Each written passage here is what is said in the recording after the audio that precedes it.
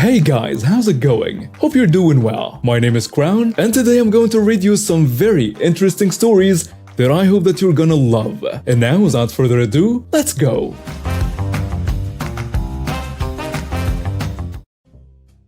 This all took place 5 years ago, so some parts may not be verbatim, but I will do my best to recount this story. At this time, I had just purchased my first house, but told no one about it. I wasn't even dating at this time. It was a huge 3-bedroom townhouse well outside of the nearest city, and it came with 10 acres of land. Somehow, word had gotten around that I had just bought a house. I hadn't even moved in at this point. It wasn't long before my entitled aunt found out and apparently made plans to move in and live there despite the fact I hadn't even moved in yet. It wasn't long before I got a call from her. The first thing out of her mouth on this call was not so much as a hello first, to make sure I have a key when I arrive and move in. I'm like, excuse me, move in? Yes, I'm going to live there and I'll allow you to live there too, as long as you don't cause issues and get loud. I told her, no, you're not moving into my house. I will be thrown out if you try. I'm packing my stuff now, she said, as if my word was meaningless. And I'll be there first thing tomorrow, and you had better have my key in hand then. And she hung up. As a result, I called the cops, who put me in touch with the local sheriff's department. I explained what was going on, so they told me they would have a patrol check the property from time to time and run off anyone that was not supposed to be there, and would arrest those that refused to leave. As it turns out, my entitled aunt tried to go to the property that night and drop some of her stuff off, but was caught by the patrol and told her to leave. When she said it was her house, they told her no, it wasn't, and the owner does not want anyone on his property, having to threaten to arrest her if she refused to leave. She called my phone number within an hour at about 11 p.m. and started yelling about the sheriff's running her off, and I just hung up on her and unplugged my phone for the night. I got up about 4 a.m. that morning and plugged my phone in and found my voice message box full of repeated messages from her about how dare I not answer my phone and have her run off from her house. Yes, she actually said her house. Later that morning, I called the sheriff again and requested an officer to be there at the house in case she came back, and arranged the time for my arrival. On my arrival, a sheriff met me at the house. It was less than 30 minutes until my entitled aunt arrived with a carload of her personals and immediately walked up to me and demanded her key. You're not getting a key and you're not living here no matter what you think. She blew up at this point and started shouting how it was her house and how she was going to live there whether I wanted her to or not. I just smiled, closed the door in front of her, and locked it in front of her. She of course tried to grab the keys from me, which I simply put in my pocket and told her, "Tell that to the sheriff standing behind you." She screamed, "Nonsense! You're not keeping me out of my house!" I looked past her and said, "See? What did I tell you?" At that, a loud came from behind her. "Ma'am, you have to leave the property or you will be arrested for trespassing." She turned with a sour look on her face, getting ready to unleash another tirade on whoever was behind her, and instead made a strangled sound and her face went white as a sheet. "Ma'am, this man does not want you on his property. As of now, you're considered trespassing and will be arrested if you refuse to leave and cease harassing this gentleman." Before you go, auntie, she hates when I call her that. Just because you want something does not mean you're going to get it. Such as my new house. If I ever see you on my property again without my permission, I will have you arrested and have your car towed at your expense. If looks could kill, I'll be dead several times over from the glares she was giving me. Better yet, you're not going to be allowed to come here again, and I don't care if you become homeless or how badly you need a place to live. Now leave before you get arrested and have to pay to get your car back after it gets towed. She left, giving me a dirty look on her face to the car, prompting a sharp rebuke from the sheriff. To this day, she has been going around telling anyone that will listen about how I robbed her of her new house and how she's going to get her house back someday. That's going to be a problem for her. Since then, I have improved the property and sold it for a tiny profit to a really nice but takes no crap couple and bought a new property with more acreage. About 25 more acres and no one is telling her I moved.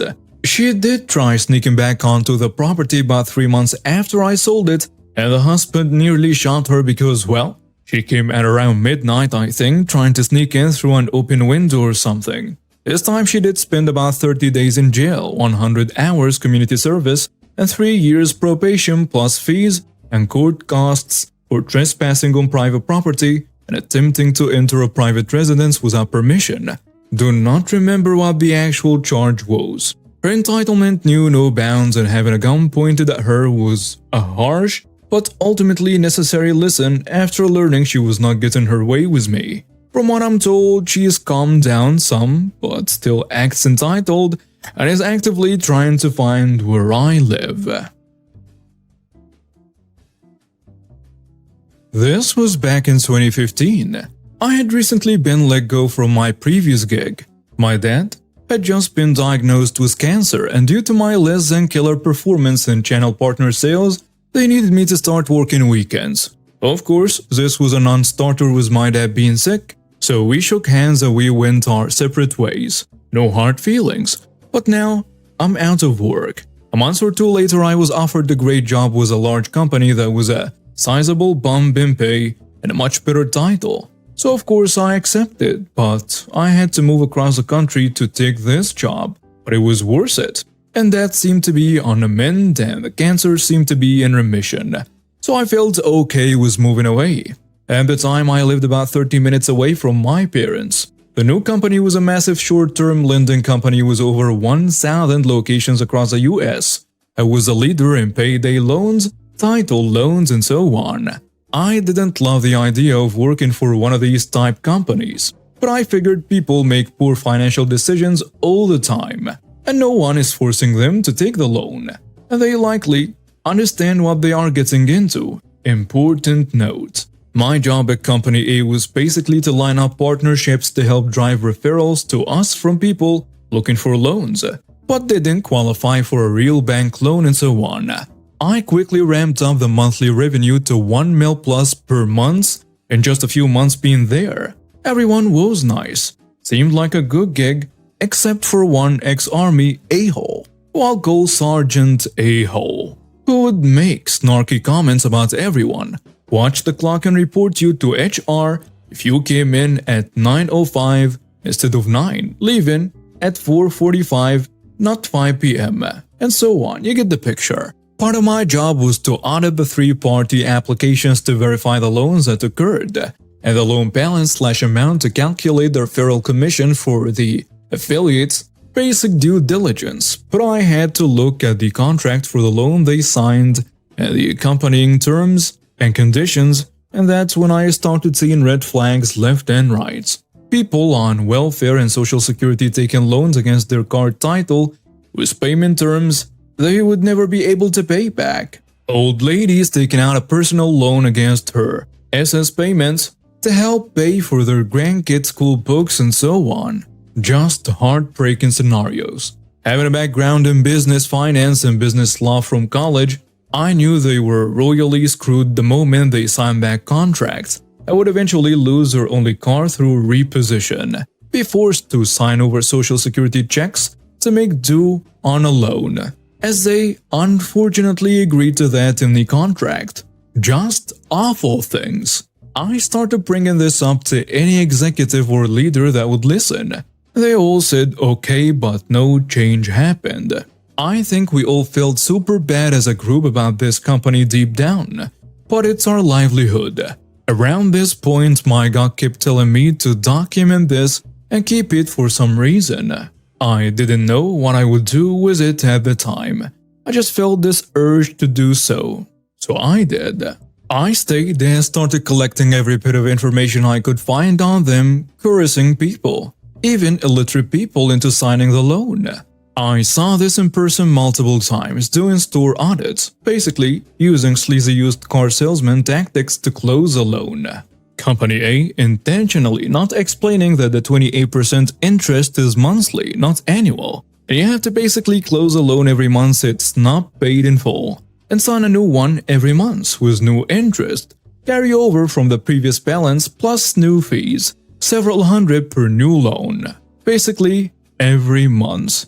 And overall just taking full advantage of desperate, financially illiterate people, fully knowing they couldn't ever pay off the loan and they would milk them for every dollar, then repo their car and sell at auction, or threaten to make the past loan payments known to their employer and threaten to garnish wages. Just horribly bad, mean-spirited business practices. I hated it and hated Company A and everyone in leadership that knew this was happening and basically said, "This is our business practices, it's legal." I knew full well it was not legal or ethical.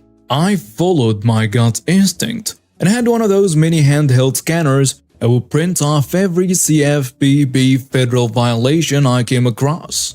I'd scan it and save it/compile it at home on an SD card. Fast forward a few months, my birthday is coming up, and I had planned to take a week off to celebrate with my family back home. Was my dad very sick at this point? I knew this was likely my last birthday with him. We had a blast. Definitely top 5 family memories of all time.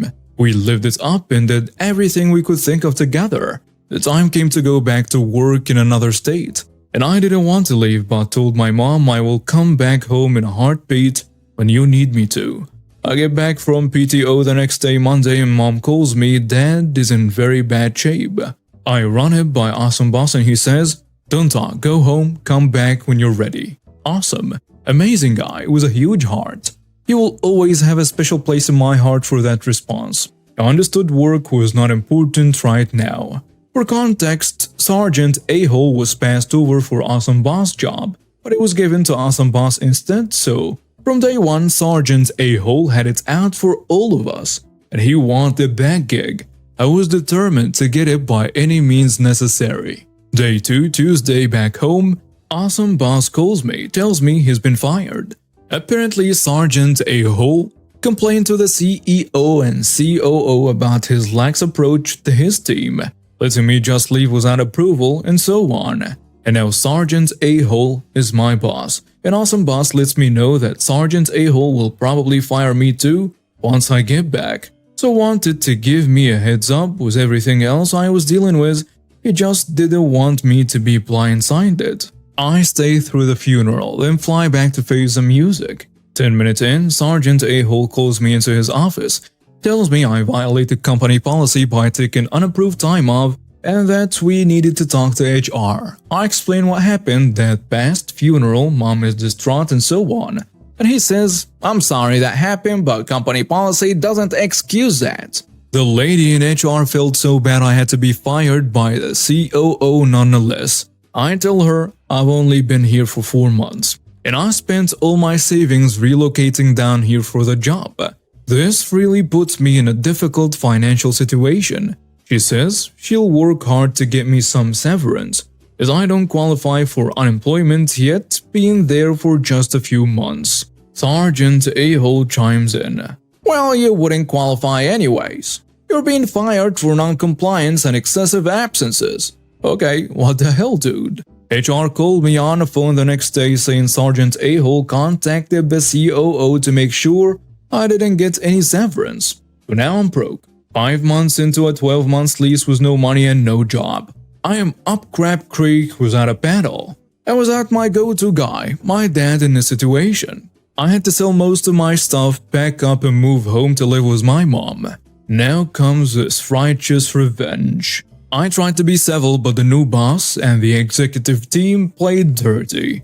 The time of reckoning is now. I remembered my database of incriminating practices that violated CFPB guidelines. Call up Awesome Boss to get his feedback and advice, and he wants to help. Now we have a team. We spent the next several weeks building a massive file to submit to the Consumer Financial Protection Bureau for unfair and predatory lending practices by Company A, which we were somewhat complicit in, but both voiced our concerns, but we needed to make this right.